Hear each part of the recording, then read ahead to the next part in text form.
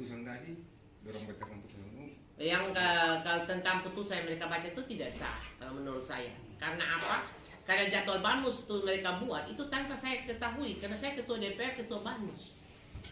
Jadi itu tidak sah. Tadi saya sudah sampaikan di dalam paripurna juga. Apapun kalian mau putuskan itu tidak sah. Karena jadwal Banmus yang kalian buat, saya tidak diberikan undangan, tidak diberitahu oleh Sekwan, tidak diberitahu oleh kepala persidangan bahwa ada jadwal Banmus yang mau memutuskan begini. Itu tidak ada. Padahal saya berada di kantor DPRD, bukan saya tidak ada, saya ada. Mereka sidang di situ dan dia lalu sengaja skorsing karena dia tahu saya ada suara tinggi-tinggi dari ketua fraksi. Mereka skorsing supaya saya tidak tahu dan lain-lain begitu. Jadi tentang keputusan mereka bagi saya itu tidak benar dan tidak adil karena ini satu rekayasa yang secara sistematis yang dilakukan oleh anggota DPR maupun dua pimpinan DPR untuk sabotase jabatan saya sebagai ketua DPR yang berpihak pada rakyat karena terindikasi itu korupsi. Beginilah pernyataan Eni Anggrek di depan KPK RI hingga ia diberhentikan dari ketua DPRD Kabupaten Alor. Dengan lembaga DPRD Kabupaten Alor. Ya saya harus berani mengatakan karena beberapa yang pernyataan ketua DPRD Kabupaten Alor Eni Anggrek dalam rapat dengar pendapat program pemberantasan korupsi terintegrasi tahun 2022 di depan pemimpin KPK RI di Kupang berbuntut hingga ia diberhentikan dari jabatannya. Badan Kehormatan DPRD Kabupaten Alor telah memutuskan pemberhentian Eni Anggrek dari jabatan Ketua DPRD Kabupaten Alor dalam rapat paripurna Selasa 29 November 2022. Tahun 2023 ada lagi kenaikan untuk belanja pegawai itu 100 Buntut pernyataan Ketua DPRD Kabupaten Alor, Sekda Alor kemudian melayangkan surat ke DPRD Kabupaten Alor pada tanggal 24 Oktober 2022. Dalam surat itu Sekda Alor menyampaikan kesalahan Pemkab Alor terhadap sikap Eni Anggrek dalam rapat dengan pendapat program pemberantasan korupsi terintegrasi tahun 2022 pada tanggal 19 Oktober 2022 di Kupang yang dihadiri pimpinan KPK RI. Pernyataan Eni Anggrek itu pada intinya terkait dengan sejumlah proyek di Kabupaten Alor seperti kantor DPRD Kabupaten Alor dan juga Pasar Kadelang Kalabahi.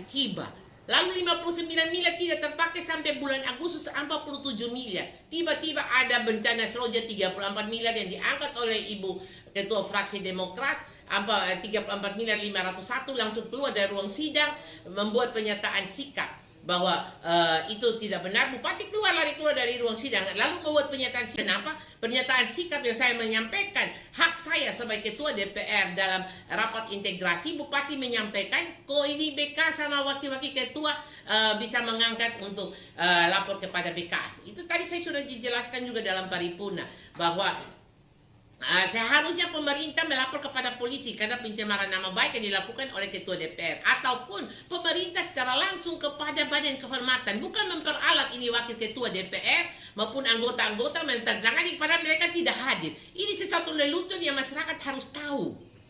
Lelucon, sangat lelucon. Masyarakat harus tahu kok bisa pemerintah, dan saya sudah pada tanggal 24 Oktober padahal sebenarnya itu tanggal berduka bagi kita masyarakat Alor karena tanggal kejadiannya kapal Cantika yang terbakar. Tapi begitu pemerintah masih membuat satu surat dan DPR tidak melihat kondisi masyarakat yang dalam kondisi berduka masalah kapal terbakar, tapi mereka membuat satu rekayasa untuk bersama-sama dengan wakil ketua Julius Mantaun, wakil ketua 1 Julius Mantaun, dengan itu 15 anggota DPR membuat rekayasa untuk pengaduan kepada badan kehormatan. Lucunya lagi, wakil ketua 1 dia minta disposisi wakil ketua 2 ke badan kehormatan.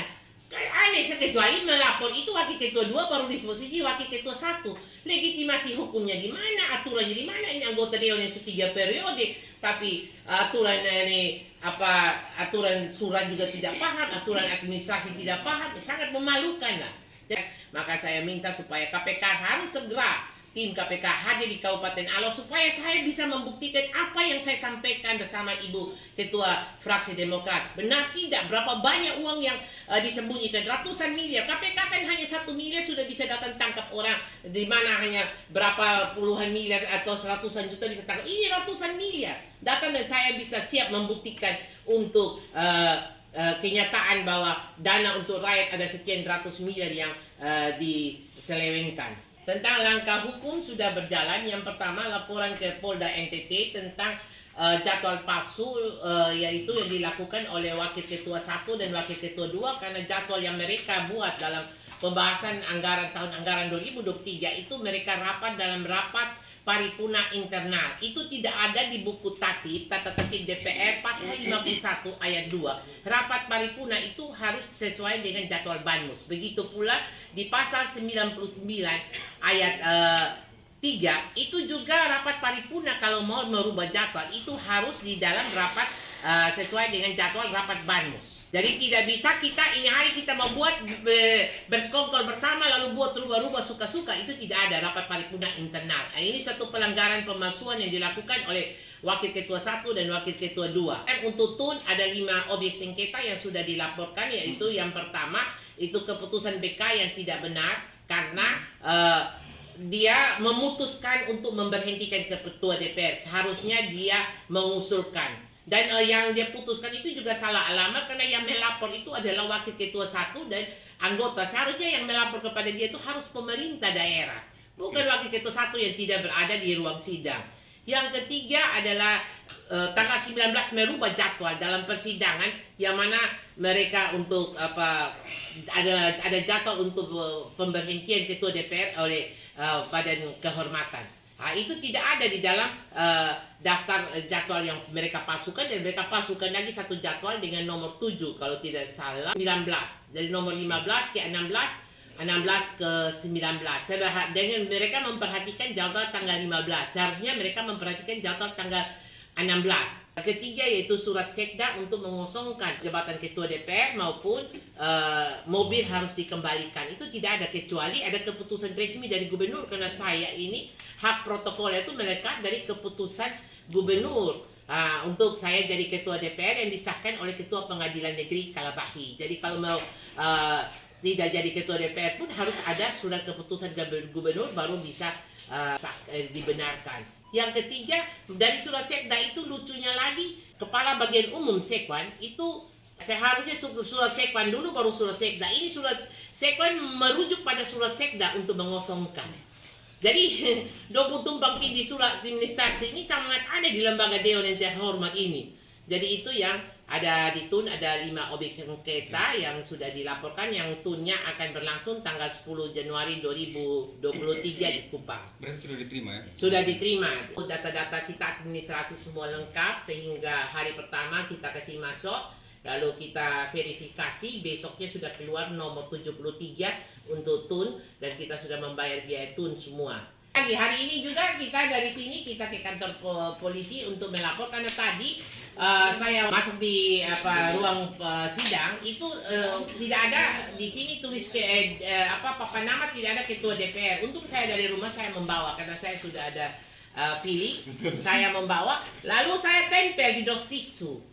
Saya tempel dos tisu, Sekwan ambil lempar di depan muka saya. Itu sudah pelecehan terhadap harga diri dan martabat jabatan Ketua DPRD di dalam ruang paripurna. Dan terakhir yang di Alor Selatan itu juga tidak diberikan pada itu untuk Ketua DPR, tapi dia memberikan kepada Wakil Ketua. Dan saya sudah tanya kegiatan di Alor Selatan, ternyata Wakil Ketua hari juga tidak memberikan bantuan kepada masyarakat dari hasil kunjungan kerja. Itu kan ada terselip dana yang cukup besar untuk kita juga bisa menyumbang kepada masyarakat pada hari kita kunjungan kerja untuk kegiatan atas undangan tersebut. Terima kasih, Tuhan memberkati kita semua. Merdeka!